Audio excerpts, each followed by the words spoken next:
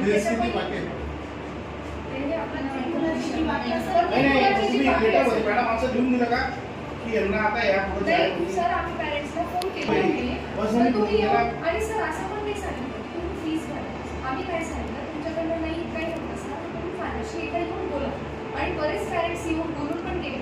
असं नाही की प्रत्येक पॅरेंट्सने फीस पे केली, ते येऊन बोलून पण गेले पण आमच्याकडे आहे.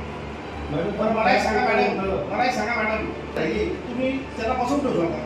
सर तसं नाही ना, पण मग आता ते आमचा मुलांचा प्रश्न नाही, हे पण आमचेच मुलं आहेत सर.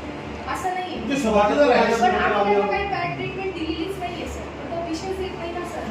नाही म्हणजे तुम्ही ते आम्ही काहीच म्हणजे तुम्ही मला सांगा मॅडम अभ्यास बुडला लाईट नाही फॅन नाही टीचर्स होते सर. हे किती बसून सेल्स स्टडी होत होती त्यांची. टीचर्स होते सर. आम्ही टीचर्स तिथेच लायब्ररीमध्ये त्यांना त्याचं रिव्हिजन भेटलं. त्याचं रिव्हिजन मग रिव्हिजन असतं आपल्या स्कूलमध्ये. बिना रिव्हिजनचं नाही आता जे त्यांना शिकवलं गेलं समजा वर्गामध्ये हो ते यांना कळलं सर.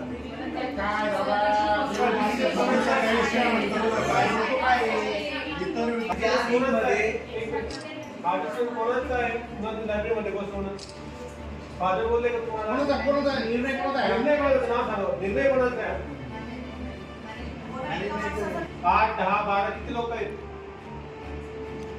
मॅनेजमेंट सांगा त्यांना उत्तर द्या. तुमचं ते शिकणार आज प्रवीण भाऊंचा मला 5-5:30 वाजता फोन आला की शाळेत माझ्या मुलांना वर्गात बसू देत नाही, 16 तारखेपासून लायब्ररीमध्ये बसवतात म्हणून.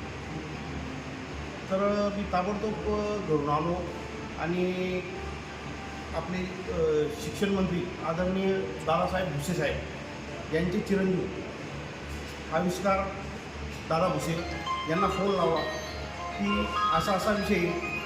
त्यांनी ताबडतोब प्रतिसाद देत एका 5 मिनिटाच्या आतच शिक्षण अधिकारी साहेबांचा मला फोन आला आणि त्यांनी कारवाईला सुरुवात केली आहे. निश्चित मला खात्री आहे शिक्षण मंत्री महोदय निश्चितच विद्यार्थ्यांना न्याय देतील असा मला आत्मविश्वास आहे आणि मला त्या पद्धतीने भुसे साहेबांनी शब्दसुद्धा दिलेला आहे. कारवाई करण्यासाठी केलेली आहे. या संदर्भात काही कारवाई होईल का शाळेवर? निश्चितच मी